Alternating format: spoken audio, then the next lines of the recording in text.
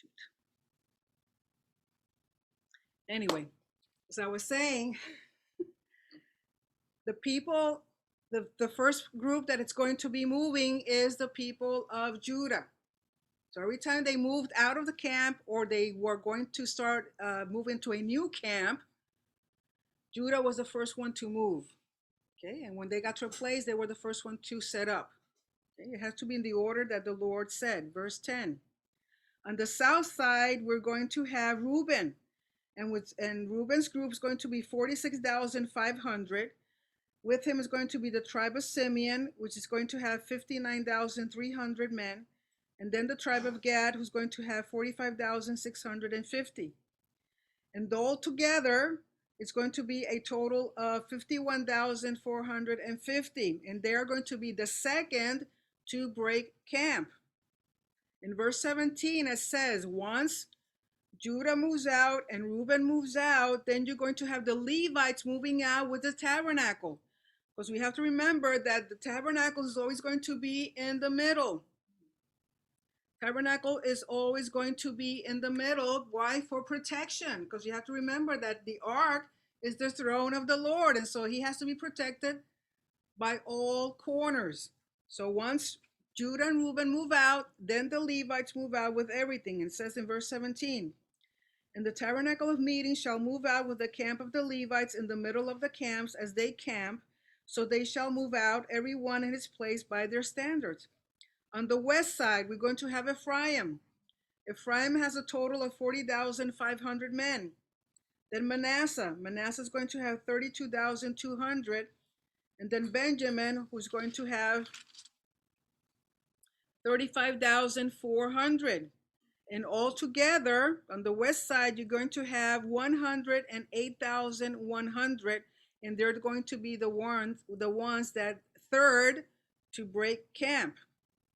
Then we have on the north side, it's going to be Dan. Dan has a group of 62,700. The tribe of Asher has 41,500.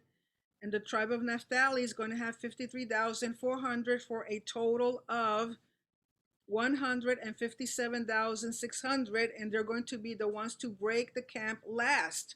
So they're going to be the last ones to move out. Now, if you go back to these numbers, you're going to see that the groups that have the largest numbers are the group of Judah and the group of Dan. Why? Because Judah's going first. He has the most men, and then Dan is in the back. He's in the rear. He also has the most men.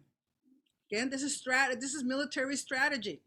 Okay, you're not going to put the smallest group in front or in the back. You're going to have the both largest groups in the front and in the back, and then the tabernacle right in the middle. Verse 32, these are the ones who were numbered of the children of Israel by their fathers' houses. All who were numbered according to their armies of the forces were 603,550. But the Levites were not numbered among the children of Israel, just as the Lord commanded Moses. Thus the children of Israel did according to all that the Lord commanded Moses. So they camped by their standards, and so they broke camp, each one by his family, according to their fathers' houses. So what do we learn from this? What we learn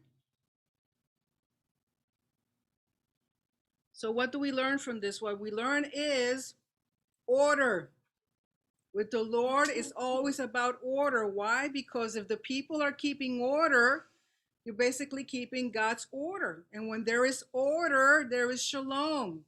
You very well know that when there's chaos, the least you have is peace. Okay? So this is bringing shalom to the whole nation of Israel, to the families, to the tribes, to the men, and they're all in charge and responsible for the safety of the people and the safety of the tabernacle. Chapter 3. Now these are the records of Aaron and Moses with the Lord when the Lord spoke with Moses on Mount Sinai. And these are the names of the sons of Aaron: Nadab the firstborn, and Abihu, Eleazar, and Ithamar. These are the names of the sons of Aaron, the anointed priests whom he consecrated to minister as priests. So remember, till this point, the Levites have not been numbered. So now the Lord is going to take time to number and speak about the tribe of Levi. Verse 4, Nadab and Abihu had died before the Lord when they offered profane fire before the Lord in the wilderness of Sinai, and they had no children. So Eleazar and Ithamar ministered as priests in the presence of Aaron their father. So now we have Aaron with his only two left sons, because remember the first two died because they went out of order. They did something they were not supposed to do. Verse 5, and the Lord spoke to Moses, saying, bring the tribe of Levi near and present them before Aaron the priest, that they may serve him. And they shall tend to his needs and the needs of the whole congregation before the tabernacle of meeting, to do the work of the tabernacle. So that is their role and their function. Also, they shall attend to all the furnishings of the tabernacle of meeting and to the needs of the children of Israel, to do the work of the tabernacle. So they're going to serve not only the Lord, but the people. Remember that the Levites are going to be in the middle between the Lord and the people. When the people have needs, they go to the Lord, and the Lord goes to the Levites, and the Levites go to the people. So they're in the middle. They're in the intermediate people between the Lord. The tribe of Levites are in between the Lord and the people. Verse 9, and you shall give the Levites to Aaron and his sons. They are given entirely to him from among the children of Israel. When it says they're given to Aaron, what it means that the Levites that are not priests, they're going to be assistants to the priest. They're going to be their supporters. They're going to help them. Because you have to remember that at this time, the only priests are Aaron and his two sons. Well, Levites, there's a lot more Levites. So Aaron and his two sons can't do everything. So that means that the Levites are responsible for other things to help the priests. Now, when the temple was standing, there were thousands of priests and thousands of Levites. Okay, so the work was more distributed between more people.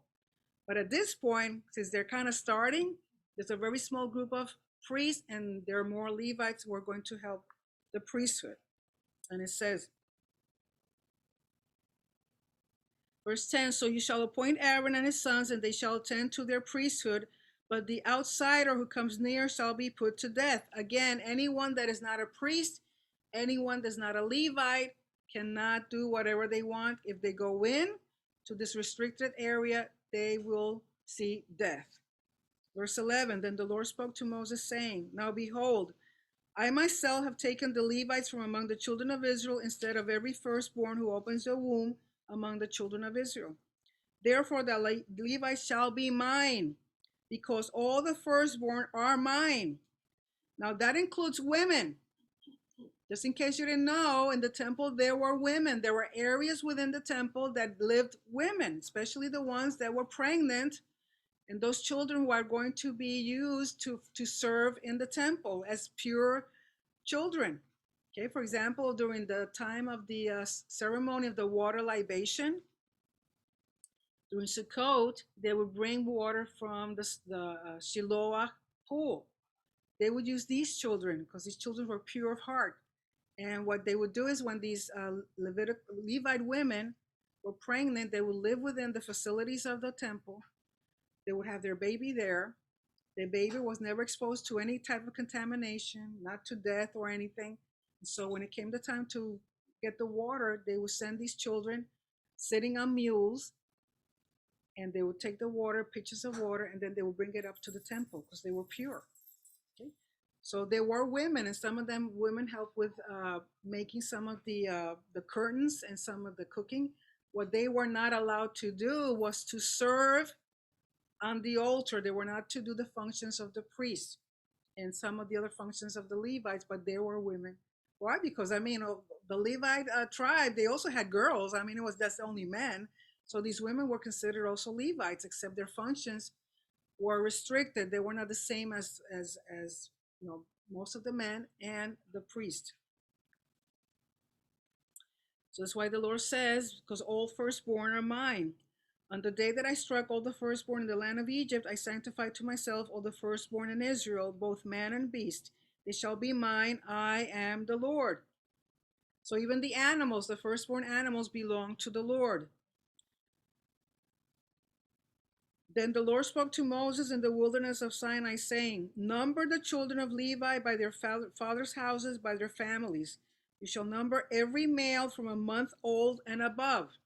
Why a month? Because usually if a baby's going to survive, they survive after they're 1 month old. So that's why they're counting them only when they're 30 days old and beyond.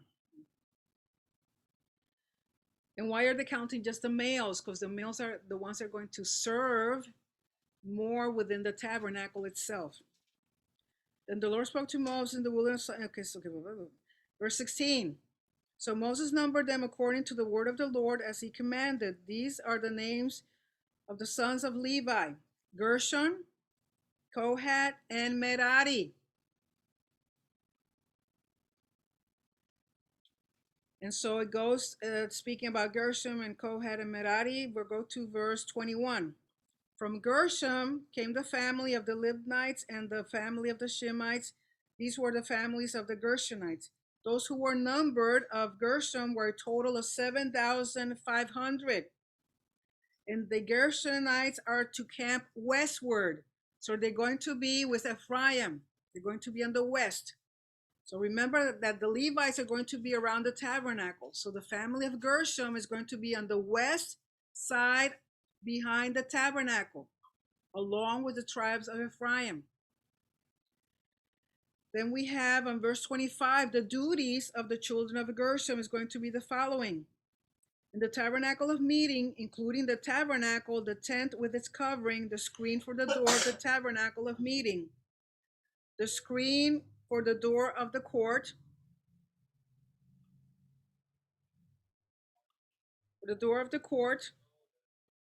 the hangings of the court, which are around the tabernacle and the altar, and their cords, according to all the work relating to them. So basically, the sons of Gershom are going to deal with the exterior structure of the tabernacle, all its hangings, all the material that makes up the tent. That is going to be the job of the Gershonites. Verse 27. From Kohath came the family of the Amramites, the family of so and so, blah blah blah blah. 28. There's a total of 8,600 Kohathites. And they're going to camp on the south side along with Reuben. In verse 31, the duty of the Kohathites is going to be the ark, the table, the lampstand, the altars, the utensils of the sanctuary with which they ministered, the screen, and all the work relating to them. So the duty of the Kohathites is the most sacred things. They're going to deal with the furnishing that's within the sacred space, the holy place, and the holy of holies. They're in charge of the most sacred things. Okay. Verse 32, and Eleazar, the son of Aaron, the priest, was to be chief over the leaders of the Levites with oversight of those who kept charge of the sanctuary. So Eleazar is going to be like a supervisor for all the Levites. Okay. Now from Merari, there was a total of 6,200, and they're going to be on the north side along with Dan. And their appointed duty, the children of Merari, included the boards of the tabernacle, its bars, its pillars, its sockets, its utensils, all the work relating to them, and the pillars of the court all around with their sockets, their pegs, and their cords. So in other words, they're the ones that are going to be dealing with what's going to make up the perimeter of the tabernacle or the court. Okay, so all the planks and all the woods that make the perimeter, that's their role to take care of that. Verse 38. Moreover, those who were to the camp before the tabernacle on the east side, before the tabernacle of meeting, were Moses, Aaron, and his sons, keeping charge of the sanctuary to meet the needs of the children of Israel. But the outsider who came near was to be put to death. So on the east, on the entrance of the tabernacle, you're going to have Moses, Aaron, and his sons. And we have to also remember that the Levites and some of the priests are going to be guards. When they have the temple standing, there's going to be a total of 24 guards within the whole temple complex. So these are going to be guards. Why? To make sure that no outsider, anyone that is not a Levite and anyone that is not a priest, avoid approaching the tabernacle. Verse 39.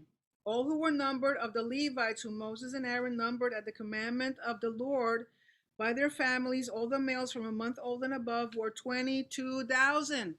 So we have a total of 22,000 Levites. Okay, now you have to remember that when the temple is standing, that number is probably 10 times that, especially when they had the feasts of like Passover, Sukkot, that a lot of people came to these festivals. As a matter of fact, I think Josephus names that easily there were at least like 2 million people in Jerusalem. Can you imagine 2 million people and all the offerings? So that's why they had to have all these Levites and priests in the temple. Verse 40.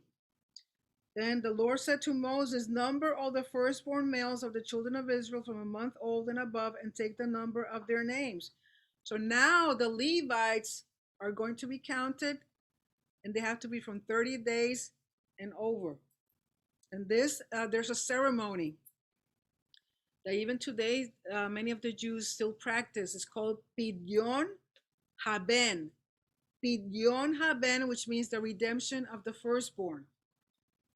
It says in verse 41, and you shall take the Levites for me, I am the Lord, instead of all the firstborn among the children of Israel, and the livestock of the Levites instead of all the firstborn among the livestock of the children of Israel. Because we have to understand, remember before the incident of the golden calf. Okay, remember that in the incident of the golden calf, the only people that did not go into all the profane stuff were the Levites, and so the Lord named them his priests and his Levites, the one to serve in the tabernacle. Prior to that incident, it was the custom and tradition, not only for Israel, but even among the cultures around, that the firstborn of the family was going to serve as a priest, was going to serve as a spiritual leader. That was the job of the function of the firstborn, always. Firstborn male. But after the incident with the golden calf, the Lord said this function, this role, this is going to belong to the Levites only. Okay, so now what's going to happen is that all the firstborns are going to be counted. Okay, so it says, so Moses numbered all the firstborn among the children of Israel as the Lord commanded him. Verse 43. And all the firstborn males, according to the number of names from a month old and above, of those who were numbered of them, were 22,273. So first, the firstborn of the Levites are counted, and there's only 22,000. Then they count the firstborn of all the other tribes. Okay, and there's 22,273. So if you compare the number of Levites with the number of firstborn Levites with the number of firstborn from other tribes, the other tribes have an excess of 273 firstborn. Because the thing is that for every firstborn of the other tribes, there's supposed to be a Levite. Okay? So if I have only 22,000 Levites and there's 22,273 firstborn of the other tribes, that means that I have enough Levites to cover only 22,000 of the other firstborns. Because it's like a they're substituting the firstborn of all the families. Do we have that? No, we don't. Well, don't we have it? Okay, 22,000 Levites and 22,000 firstborn of the other tribes. They have an excess of 273, but you don't have an extra 273 Levites to match up with those other firstborn. So what's going to happen? The Lord's going to say that these other men that don't have a Levite to substitute them, you're going to have to bring an offering or redemption that's going to be 5 shekels. So it says, verse 46, and for the redemption of the 273 of the firstborn of the children of Israel, who are more than the number of Levites, you shall take 5 shekels for each one individually. You shall take them in the currency of the shekel of the sanctuary, the shekel of 20 gerahs. And you shall give the money with which the excess number of them is redeemed to Aaron and his sons. So for those 273 men that do not have a Levite to substitute them, they're going to give a redemption offering. It says, since I don't have a Levite that can take my place, and I can't take their place because I'm not a Levite, I'm going to give you 5 shekels as an offering, as a redemption, to compensate the difference between the firstborn Levites and the firstborn of the other tribes. So today, that's a ceremony, and it's called Pidyon Haben. And even though there's no temple, some Jews still celebrate that. They have a firstborn son, and they bring 5 shekels, or they give 5 shekels, or they give some sort of equivalent in terms of offering or money for them. Okay. Verse 48. Oh, we said that. Verse 49. So Moses took the redemption money from those who were over and above those who were redeemed by the Levites. From the firstborn of the children of Israel, he took the money, 1,365 shekels. So that's the amount of silver they got for the difference between the firstborn. And Moses gave their redemption money to Aaron and his sons according to the word of the Lord, as the Lord commanded Moses. Chapter 4. Now we're going to discuss from this point forward, and even for the next Torah portion, the duties of these Levites is going to be given in more detail. So then the Lord spoke to Moses and Aaron, saying, take a census of the sons of Kohath from among the children of Levi, by their families, by their father's house, from 30 years old and above, even to 50 years old, all who enter the service to do the work in the tabernacle of meeting. So the Levites from age 30 to 50 are the ones that are going to work in the tabernacle. Even though they're counted from the moment they're a month old, they can't serve until they're 30. But usually 5 years or 10 years prior to 30, they're already in the tabernacle or in the temple learning how to do their job once they became 30 years old.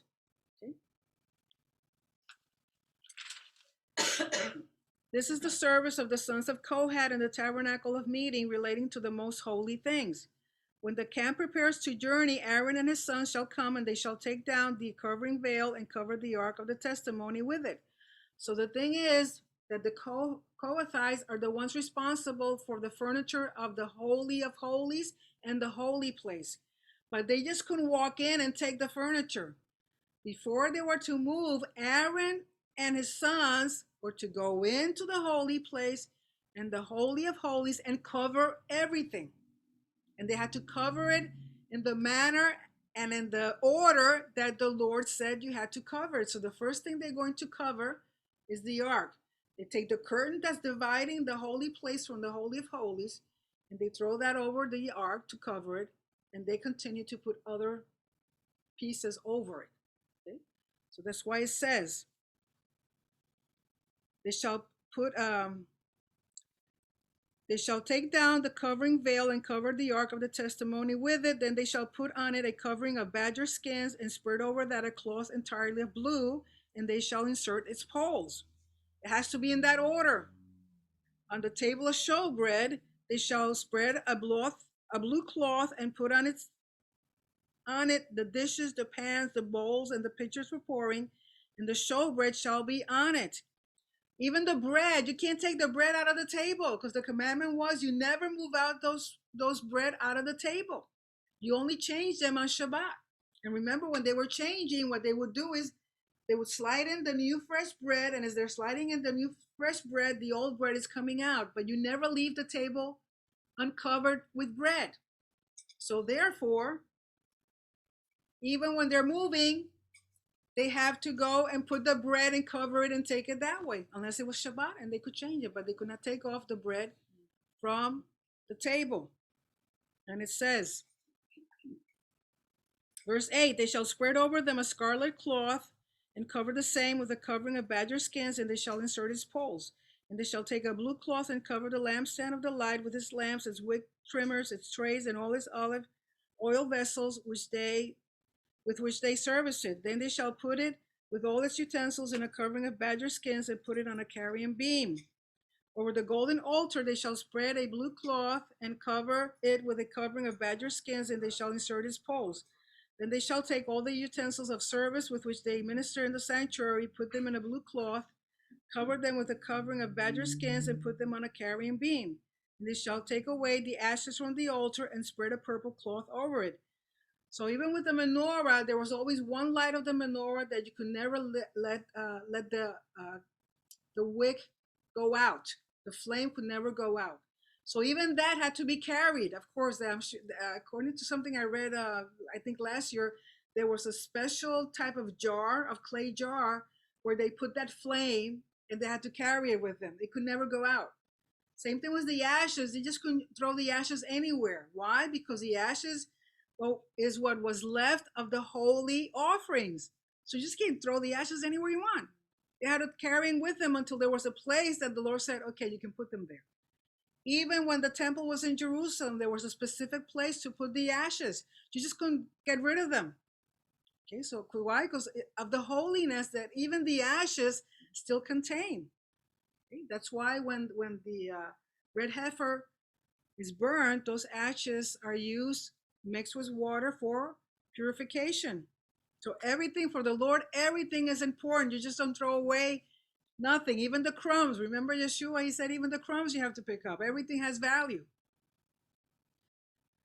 Verse 14, they shall put on it all its implements with which they minister there, the fire pans, the forks, the shovels, the basins, and all the utensils of the altar, and they shall spread on it a covering of badger skins and insert its poles. And when Aaron and his sons have finished covering the sanctuary and all its furnishings of the sanctuary, when the camp is set to go, then the sons of Kohath shall come to carry them, but they shall not touch any holy thing, lest they die. So the Kohathites, even though they were going to move all these furnishings, they could not touch them until everything was covered, because they couldn't even look at it, because they would die. Why? Because they don't have the authority nor the responsibility that Aaron and his sons have, because they're the priests. The Kohathites are just Levites. Because you have to remember that the priests are Levites, but not all the Levites are priests. And if they touch anything or look at anything uncovered, they will die.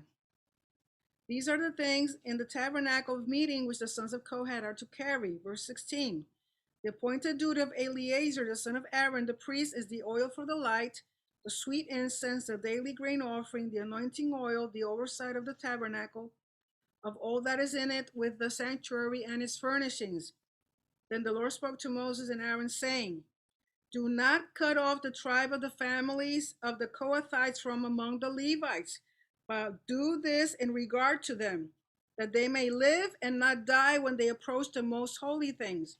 Aaron and his sons shall go in, appoint each of them to his service and his task.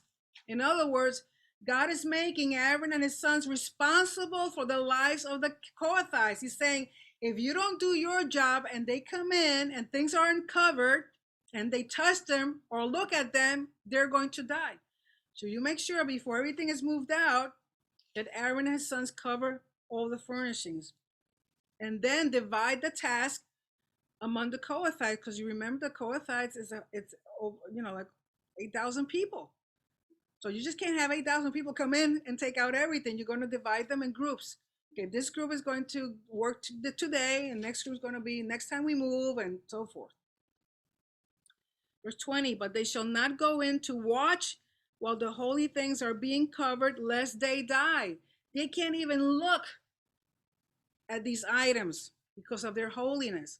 So again, Aaron and his sons are responsible to make sure that everything is covered, and then and only then can the Kohathites go in and take out the furniture. So again, what is the Lord teaching us? There's order. Everything has a function, everything has a place, everything has a purpose. Every individual of the camp has a responsibility. The whole community has a responsibility. Because by maintaining this order physically, they're also maintaining the order in the spiritual realm. They're maintaining the order of the whole world. That's what happens when we keep Torah. If everybody kept Torah, we wouldn't have the issues and the chaos that we're seeing today in the world. So we're going to take time for some questions or comments.